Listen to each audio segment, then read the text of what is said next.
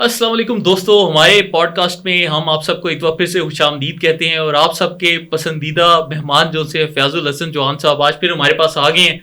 اور آج چوہان صاحب کے ساتھ ہم نے کافی مزے کی ڈسکشن کرنی ہے. ایک امریکن کی کتاب ہے ڈینیل مارکی کی، ایگزٹ فرام پاکستان، اس کے متعلق بھی ڈسکس کریں گے. سوشل میڈیا کے اوپر یہ جو تحریک انصاف کی ڈیجیٹل دہشت گردی ہے اس کے اوپر بھی ڈسکس کریں گے، کیونکہ فیاض الحسن چوہان صاحب پنجاب کے مشیر اطلاعات بھی رہ چکے ہیں، تو ساری ٹیموں کو انہوں نے بڑے قریب سے دیکھا ہے. تو آج ہم اس کے اوپر بھی ان سے انفارمیشن لیں گے. تو چوہان صاحب، امید ہے آپ خوش ہوں گے. ذرا ہمیں تھوڑا سا بتائیں نا کہ یہ سوشل میڈیا ٹیمیں کیسے آپریٹ کرتی ہیں. بسم اللہ الرحمن الرحیم. دیکھیں، میں 2 دفعہ منسٹری سے اترا اور تیسری دفعہ مجھے چودھری پرویز لائی صاحب کی کیبنٹ میں منسٹر نہیں بنایا گیا. تینوں کے پیچھے جبران الیاس، عمران غزالی، ارسلان خالد اور اظہر مشوانی اور بشرا بی بی یہ انوالو تھی. اس کی وجہ کیا تھی؟ میں نے 2 دفعہ جب وزیر اطلاعات بنا، میں نے دونوں دفعہ ایک انتہائی منظم، ایک انتہائی با اخلاق اور ایک انتہائی ڈسپلنڈ سوشل میڈیا ٹیم پورے پنجاب کے اندر ڈسٹرکٹ اور تحصیل لیول پہ بنانے کی کوشش کی، اور اس میں کامیاب بھی ہوا.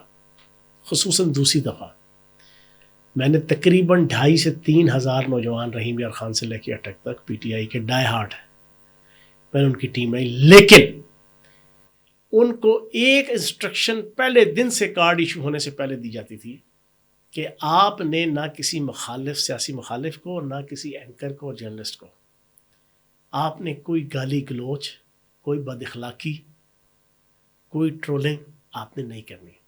آپ کی ڈیوٹی یہ ہے کہ وفاق اور پنجاب کی جو ہماری حکومت ہے اس کی جو اچیومنٹس ہیں، اس کی جو کنٹریبیوشنز ہیں، اس کی جو پرفارمنس ہے، آپ نے اس کو ہائی لائٹ کرنا ہے. بڑے احسن طریقے سے چیزیں چلنا شروع ہو گئیں، لوگ پازیٹیو طریقے سے جا رہے تھے.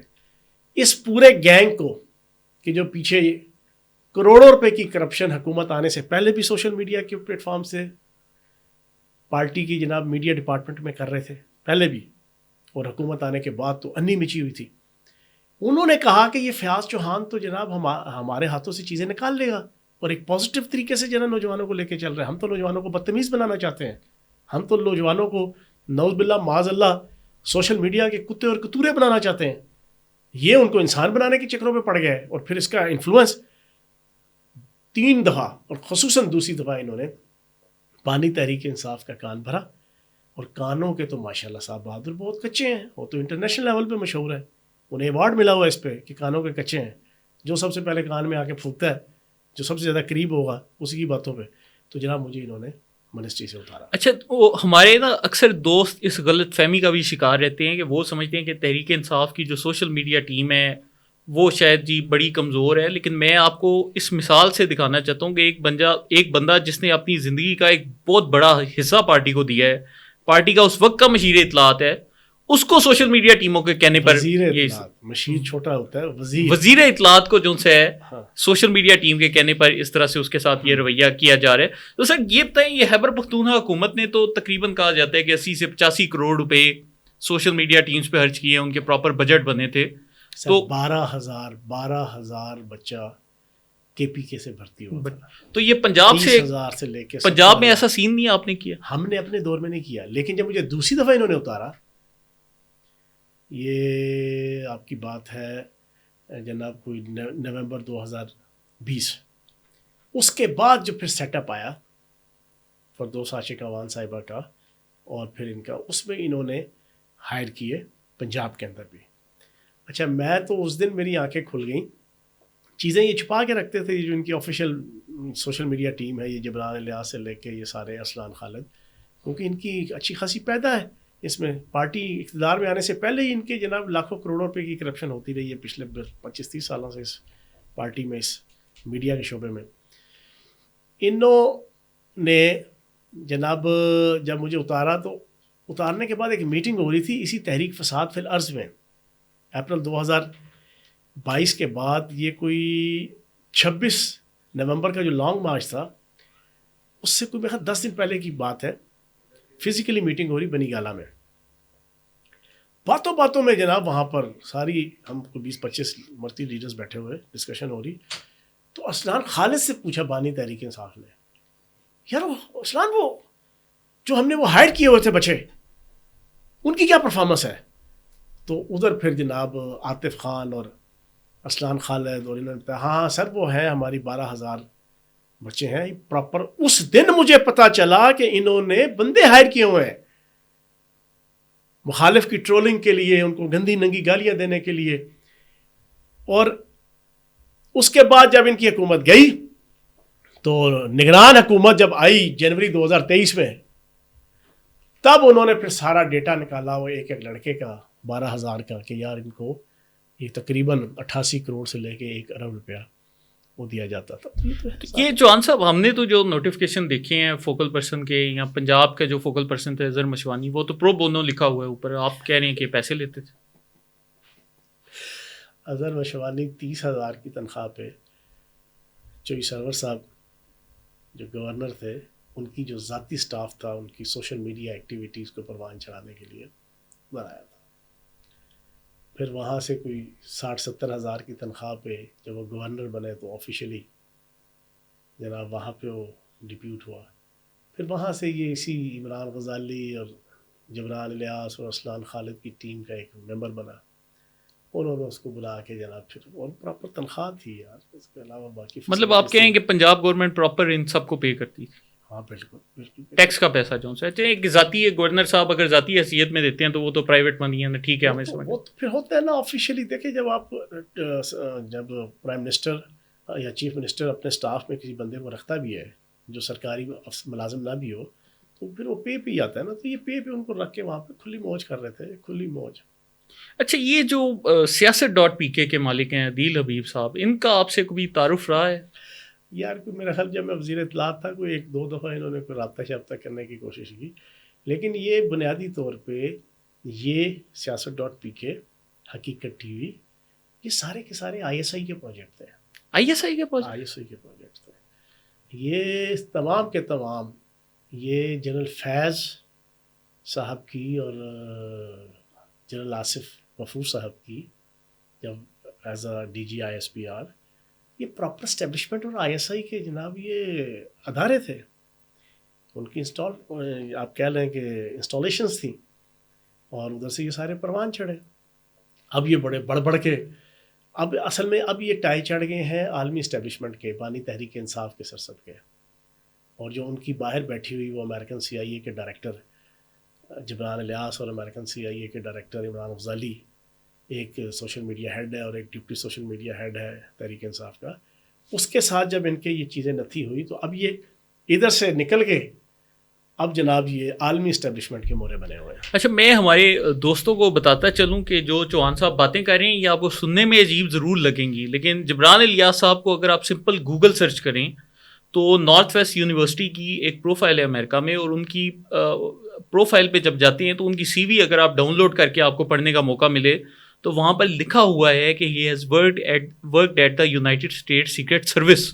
تو یہ وہ بندہ اپنی CV میں خود مینشن کر رہا ہے، وہ ایسی چیز نہیں کہ ہم ادھر بیٹھ کے کوئی الزام لگا رہے ہیں. ایک بات یاد رکھیے گا ورک صاحب، ایک بات یاد رکھیے، میں نے کل ایک الیکٹرانک میڈیا کے شو میں یہ بات کہی، ہاں ثنا بچا صاحبہ کو میں نے یہ کہی، آپ کو بھی اور آپ کے ذریعے سے پوری قوم کو آزاد ڈیجیٹل کی طرف سے، فیاض الحسن چوہان کبھی کیمرے کے سامنے جھوٹ نہیں بولے گا.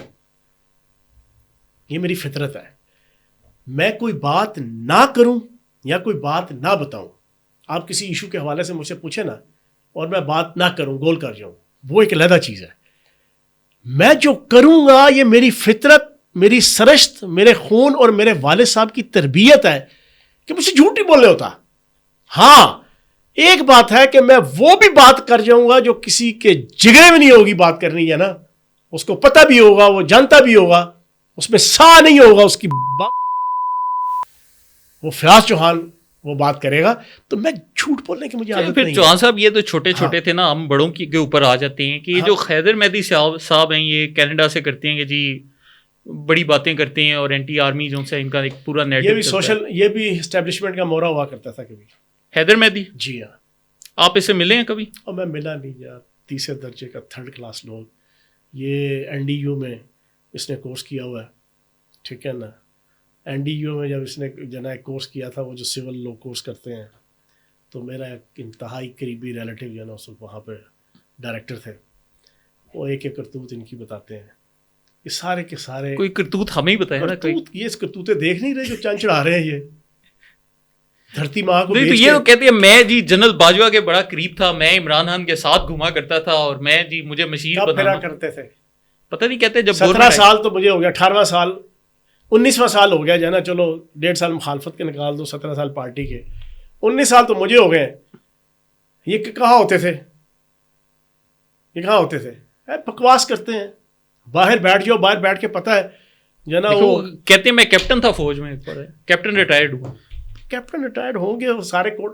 اچھا ایک بار یاد رکھیے گا, میں آپ کو ایک سچی بات ہوں, میں باقی آرمی کے جناب کپتانوں سے اور میجر سے جو نا ہاتھ جوڑ کے, دنیا کی کسی فوج کے اندر بھی, انڈیا پاکستان کی, جو کیپٹن پہ ریٹائرڈ ہو جائے نا, ایک تو ہوتا ہے نا کہ صوبے دار میجر ریٹائرڈ ہوتے وقت اس کو آنرری کیپٹن بنا دیا جاتا ہے, ٹھیک, وہ ایک اور چیز ہے. جو پی ایم میں پاس آؤٹ کیا ہوا کیپٹن پہ ریٹائرڈ ہو جائے نا, بس اس کا ایپٹیچیوڈ اور اس کا کیلیبر جو ہے نا وہ آپ خود ہی اندازہ لگا سکتے ہیں. چلے آج کے دور میں تو دانشور بنے ہوئے ہیں, تو چوہان صاحب یہ بتائیں کہ یہ جو سوشل میڈیا ٹیم ہے, دانشور, آپ نے لفظ دانشور استعمال کیا, یہ تحریک انصاف کے چھوٹے بھائیوں, آپ کو سختی سے اگر کہوں تو آپ کو شرم آنی چاہیے دانشور کا لفظ. دانشور, یہ دانشور ہے, دانشور, ان کو شرم آنی چاہیے. ان کی زبان, ان کا کلام, ان کی گفتگو, دھرتی ماں کو بیچ کے اپنی ماں کی عزت کا جنازہ نکال کے جو بندہ پاپولر ہو, اس سے گھٹیا اور غلیظ انسان کوئی نہیں ہوتا. اس سے گھٹیا اور غلیظ انسان کوئی نہیں ہوتا جو اپنے ملک اور اپنی دھرتی ماں کے ساتھ بے وفائی کر کے بیرون ملک ایجنسیوں کے MI6 کے جناب چنگل میں آئیے. MI6 کے پے رول کے اوپر الطاف حسین اور یہ سارے لوگ, یہ جتنے بیٹھے, میں تو نام لینا بھی جناب اپنی زبان کی جناب میں توہین سمجھتا ہوں ان کا نام لینا. یہ وہاں پر بیٹھ کے ایک عالمی ایجنڈے کے اوپر, اور وہ عالمی ایجنڈا میں پہلے بھی آپ کے پوڈ کاسٹ کے اندر بتا چکا ہوں, بانی تحریک انصاف سے لے کے یہ سارے, یہ ایک عالمی ایجنڈے پہ ہیں کہ نعوذ باللہ معاذ اللہ پاکستان کو 3 حصوں میں تقسیم کرنا ہے. اس کی تو ہمیں اب ماشاءاللہ سے اللہ معاف کرے, ان کی ایپیسوڈز بھی نظر آنے, اور ان کو پتہ ہے کہ پاکستان پچھلے 73 سال, میں آپ کو ایک چھوٹی سی, میں پوری پاکستانی قوم سے گزارش کروں گا کہ no exit from Pakistan. Daniel S Markey, امریکہ کا ایک ٹاپ کلاس کا ڈپلومیٹ, ٹاپ کلاس کا تجزیہ نگار, ٹاپ کلاس کا اسکالر ہے, اور ان کا ادارہ ہے آپ کا council on foreign relation, CFR. American deep state کا ادارہ ہے, ڈیپ اسٹیٹ کا. اس کا یہ ڈائریکٹر رہا ہے, اور اس ادارے کا جو ہیڈ تھا 2003 سے لے کے 2023 تک رچرڈ ہاس تھا, جس سے میری خود میٹنگ ہوئی ہے. جب میں پہلی دفعہ MPA تھا تو ان کا ڈیلیگیشن آیا تھا 2002 کے اینڈ میں, تو سرینا میں میری ایز اے MPA MMA میری اس ڈیلیگیشن کے ساتھ میٹنگ خود ہوئی تھی. میں اس رچرڈ ہاس کو جانتا ہوں, اس وقت وہ ڈائریکٹر فارن ریلیشن تھا. اس ادارے میں یہ ڈینیل ایس مارکے ہے, اس کی ایک مشہور و معروف کتاب چھپی ہے, پرانی کتاب ہے لیکن بہت زیادہ پرانی بھی نہیں ہے, چند سال پہلے, نو ایگزٹ فرام پاکستان. پوری پاکستانی قوم کو وہ پڑھ لینی چاہیے. یہ پچھلے 2.5 سالوں سے خصوصاً اور پچھلے 25-30 سال سے عموماً جو اس پاکستان میں افراتفری, چھینا چھپٹی, مارا ماری, طائف الملوکی ہو رہی ہے نا, ان کو ساری وجہ سے سمجھ میں آ جائے گی. اس میں کیا لکھتا ہے ڈینیل مارکے؟ اس نے کہا کہ امریکہ پاکستان پہ 1% بھی ٹرسٹ نہیں کرتا. اس نے کہا امریکہ کی اسٹیبلشمنٹ اور امریکہ کی انتظامیہ پاکستان سے نفرت کرتی ہے. اس نے کہا وار اینڈ ٹیرر کے اوپر پاکستانیوں نے امریکنز کے ساتھ دھوکہ کیا. اس نے کہا کہ پاکستان کو 73 سالوں سے امریکن اسٹیبلشمنٹ یہ طے کر چکی ہے کہ ہم نے پاکستان کو ڈیولپ نہیں ہونے دینا. اس نے کہا کہ ہم نے پاکستان کو اپنے ساتھ انگیج رکھنے کا فیصلہ کیا ہے. نو ایگزٹ فرام پاکستان ہماری پالیسی ہے. کیوں؟ اس نے 3 وجوہات بتائیں. اس نے کہا 3 وجوہات ہے جس کی وجہ سے ہم پاکستان کو آزاد نہیں چھوڑ سکتے. ہم نے اس کو اپنے ساتھ نتھی رکھا ہوا ہے, نہ مرنے دینا ہے نہ جینے دینا ہے. اب میں آپ کو سادہ الفاظ میں اس کی پوری بک کا جو نا کنکلوژن اور اس کی زندگی کا تجربہ اس خطے کے حوالے سے میں آپ کے سامنے رکھ رہا ہوں, اور ادارے کی اہمیت جہاں وہ کام کرتا ہے, جہاں سے وہ بک چھپی ہے, وہ میں نے آپ کو بتا دی ہے. اس نے کہا 3 وجوہات ہیں جس کی وجہ سے ہم پاکستان کو نہیں چھوڑ سکتے, پاکستان کو ہم نے اپنے قابو میں رکھنا ہے. پہلی وجہ پاکستان کا ایٹمی پروگرام اور میزائل پروگرام, وائبرنٹ ایٹمی پروگرام اور میزائل پروگرام. دوسری وجہ اس خطے کے اندر چائنا کی سپرمیسی, چائنا کی امپورٹنس اور چائنا کی پاکستان کے ساتھ ریلیشن شپ, فوجی اور کمرشل, سول اور فوجی, کہ پاکستان چائنا کی گود میں جا کے اور جھولی میں نہ بیٹھ جائے. پاکستان چائنا کی مدد سے اپنے پاؤں پہ نہ کھڑا ہو جائے, اور اٹ سیلف خود چائنا. دوسری وجہ. تیسری وجہ اس نے کہا, تیسری وجہ پاک فوج اٹ سیلف دنیا کی آرگنائز, دنیا کی ڈسپلنڈ, دنیا کی بہترین چین آف کمانڈ رکھنے والی وہ آرمی کے جس کے حوالے سے امریکن اسٹیبلشمنٹ یہ سمجھتی ہے کہ یہ نہ صرف اس خطے میں بلکہ پوری دنیا میں کسی ٹائم پہ بھی کوئی چنچ چڑھا سکتی ہے, یہ اس کے اندر صلاحیت ہے. یہ 3 وجوہات ہیں کہ امریکن اسٹیبلشمنٹ نے طے کیا ہے کہ نہ پاکستان کو ترقی یافتہ اب ہونے دینا ہے, نہ پاکستان کو فائنینشلی مضبوط ہونے دینا ہے, نہ پاکستان کو اپنے پاؤں پہ کھڑے ہونے دینا ہے, اور نہ پاکستان کو مرنے دینا ہے. ہم نے اپنا ڈیپینڈنٹ رکھنا ہے. یہ جو آپ کو 15 سال سے بانی تحریک انصاف کی کت خانی, مارا ماری, چھینا چھپٹی, افراتفری, طائف الملوکی, نرگسیت, میں نہ مانوں, دھرنے, لڑائی, دنگا فساد, سمریاں توڑو, اور پھر خصوصاً پچھلے 2.5 سال سے آپ کو ساری کی ساری سمجھ آ جائے گی کہ عالمی طاقتیں اور امریکہ, اس کی اپنی بک میں لکھ رہا ہے وہ ڈینیل ایس مارکی. تو بھائی پاکستانی قوم کو سمجھ آ جانی چاہیے. نہیں سمجھ آ رہی تو پھر اللہ ہی مالک ہے. چوہان صاحب, یہ عمران خان نے تو اب حافظ صاحب کو پیار و محبت کے خطوط بھی لکھنے شروع کر دیے ہیں. آج کل تو عجیب و غریب اسٹیٹمنٹس آ رہی ہیں کہ حافظ صاحب آپ بڑے عظیم انسان ہیں, ہم سے صلح کر لیں. تو آپ اس کو کس نظر سے دیکھتے ہیں؟ کیا یہ کوئی ڈیل کے قریب جا رہے ہیں یا ان کا کیا پلان کیا ہے ان کا؟ یہ پنجابی دا محاورہ سیاڑا کا ہمیشہ گوں تے ڈگدا ہے, سنا ہوا نا. یہ سیان پوڑا کر رہے ہیں اپنی طرف سے. انہوں نے کہا کیوں نہ, انہوں کو نظر آ گیا کہ ملٹری کورٹس میں کیس جانے لگے ہیں یا ملٹری کی تحویل میں جانے لگا ہوں اور حالات بڑے سخت آنے والے ہیں. انہوں نے اپنی طرف سے پتہ پھینکا کہ حکومت اور آرمی چیف کے درمیان رفٹ پیدا کرو, اختلاف پیدا کرو, ڈس ایگریمنٹ پیدا کرو, ڈس لائکمنٹ پیدا کرو, کنٹروورسی پیدا کرو. اپنی طرف سے مہا چلاک, عیار, مکار اور عمرو عیار بننے کی کوشش کی ہے, اور یہ بیان دے کے کہ اس سے ان کے ذہن کے اندر ایک قدخن لگ جائے گی, Shehbaz Sharif, Nawaz Sharif, Asif Zardari, M Q M, ان ساروں کے ذہن میں, اور پھر کوئی نہ کوئی ان میں سے ایک آدھ بندہ کوئی دبے دبے لفظوں میں کوئی بیان دے گا الٹا سیدھا, اور وہ الٹا سیدھا بیان اپنی مرضی کا پروپوگیٹ کر کے, سوشل میڈیا جو ان کی پوری دنیا کے اوپر کنٹرول ہے, تو پھر چیزوں کو بڑھاتے بڑھاتے ان کو آپس میں ہم لڑائیں گے اور اس کا فائدہ اٹھائیں گے. یہ اس کی غلط فہمی ہے. صاحب یہ تو آپ نے پورا ہی میرے خیال سے پوسٹ مارٹم کر دیا. ڈاکٹر تو ادھر میں بیٹھا ہوں لیکن پوسٹ مارٹم آپ کر رہے. تو یہ چوہان صاحب ایک بات بتائیں, آپ جو ایجنسیوں کے بڑے الزامات کا ذکر کر رہے ہیں, آپ سی آئی اے کا اور باقی سب کا آپ ذکر کر رہے ہیں, آپ نے ماشاء اللہ سے بنی گالا کافی ٹائم گزارا, آپ اکثر آتے جاتے رہتے, کبھی آپ کو ادھر کوئی ایسے سسپیشس لوگ نظر آئے یا ایسا کوئی آپ کو لگا کہ یار یہ جو لوگ ہیں یہ کوئی عجیب و غریب قسم کے مجھے نظر آ رہے ہیں؟ یار اپریل 2022 میں جب حکومت گئی, اس کے بعد سے لے کے 9 مئی تک, اور خصوصاً 26 نومبر کے دھرنے تک جو 7-8 مہینے تھے, ہر میٹنگ میں پہلے 5 منٹ جو ہے وہ فیصل شیر خان ہوتا تھا, ایک لمز والا, جی جی, آفتاب اقبال کے ساتھ بھی جو بڑا جی جی, اٹھنا بیٹھنا, میں حیران تھا. میں نے اپنی پوری 16 سال کی جناب پی ٹی آئی کی لیڈرشپ اور زندگی میں نے اس بندے کو کبھی نہیں دیکھا پی ٹی آئی میں. اس کو اسپیشل ہر میٹنگ کے شروع میں موقع دیا جاتا تھا, جی ہاں جی آپ بولیں. وہ 5 سے 10 منٹ جناب پاک فوج کے خلاف اور بوٹو والوں کے خلاف نفرت پیدا کرنے کے لیے, اور پی ٹی آئی کی جتنی لیڈرشپ بیٹھی ہوتی تھی زوم میٹنگ میں یا فزیکل میٹنگ میں, ان کو ان کی تربیت کرنے کے لیے اینٹی فوج اینٹی اسٹیبلشمنٹ بڑے جناب تقریر بڑی شستہ قسم کی, کہ وہ جو ماؤنٹین ڈیو کا جو اشتہار ہے نا, ڈر سے آگے جیت, خوف سے آگے جیت ہے, جی یا ڈر سے آگے جیت ہے. یہ اسکالر صاحب جناب وہ ٹریننگ دیا کرتے تھے پی ٹی آئی کی لیڈرشپ کو کہ جناب ڈرنا نہیں ہے بوٹو والوں سے, فوج سے, فلاں سے, یہ سب کچھ آپ کے پاؤں کے نیچے اور فلاں فلاں. میں اس کو دیکھتا تھا, میں کہتا تھا یار یہ کیا کیٹیگری ہے.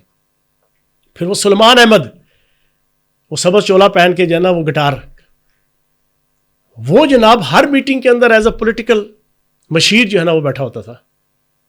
آج کل باہر بیٹھ کے وہ بھی انقلابی بنا ہوا ہے, یہاں منتے ترلے کرتا رہا ہے, یہاں پہ جا کے جتنا عرصہ یہاں پہ رہا یہاں سے بھاگا نہیں. جی جی اس وقت تک وہ اسٹیبلشمنٹ کی منتے ترلے کرتا رہا ہے 9 مئی کے بعد.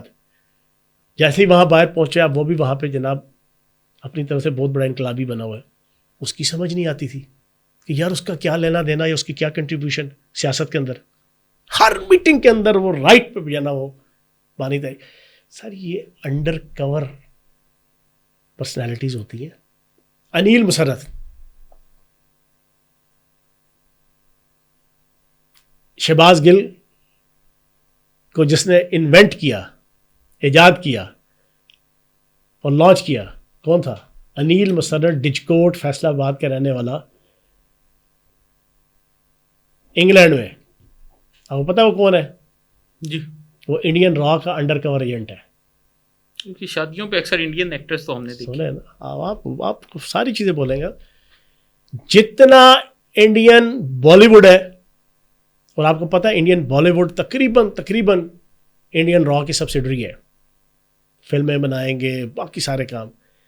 تو چلیں پھر چوہان صاحب, آج کا ہمارا پوڈ کاسٹ کا ٹائم اب کلوز ہو رہا ہے. آخر میں کوئی کنکلوڈنگ ریمارکس پاکستانی قوم کے لیے جو آپ کو سن رہے ہیں.